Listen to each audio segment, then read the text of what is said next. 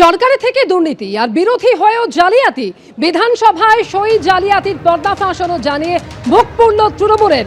আর দুই বিধায়ক সরব হতেই তৃণমূল কংগ্রেস বহিষ্কার করলো এই দুই বিধায়ককে। বিধানসভায় সই জালিয়াতির পর প্রশ্ন উঠছে, তাহলে কি ভাঙনের মুখে তৃণমূল কংগ্রেস?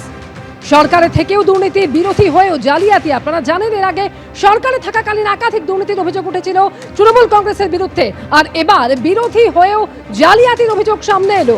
বিধানসভায় সই জালের পর্দাফাঁস হলো জানিয়ে মুখ পুড়ল তৃণমূল কংগ্রেসের। আর এই নিয়ে দুই বিধায়ক সন্দীপন সাহা এবং ঋতব্রত বন্দ্যোপাধ্যায় সরব হতেই তাদেরকে দল থেকে বহিষ্কার করলো তৃণমূল কংগ্রেস। আর এই নিয়ে মুখ্যমন্ত্রী শুভেন্দু অধিকারী কি বলছেন? তিনি বলছেন, বিধানসভায় তৃণমূলের সই জালিয়াতি নিয়ে তদন্তে সিআইডি। এই নিয়ে স্পিকারের কাছে অভিযোগ জানান ঋতব্রত বন্দ্যোপাধ্যায় এবং সন্দীপন সাহা। বিরোধী দলনেতার নির্বাচনে কোনো প্রস্তাব নেওয়া হয়নি, 6 মের প্রস্তাব সাজানো ও বিকৃত করা হয়েছে বললেন মুখ্যমন্ত্রী। আর কি বললেন তিনি, শুনবো। তৃণমূল কংগ্রেসের সাধারণ সম্পাদক তিনি একটা রেজুলেশনের কপি পাঠান 70 জনের এমএলএ সই করা। 27/5 দুজন এমএলএ মাননীয় ঋতব্রত বন্দ্যোপাধ্যায় এবং সন্দীপন সাহা অভিযোগ করেন, বলে দিচ্ছি অভিযোগটা কি। 2 MLAs of AITC submitted a complaint to the Honorable Speaker alleging that no resolution was adopted with regard of selection of LOP on 6/5/2026.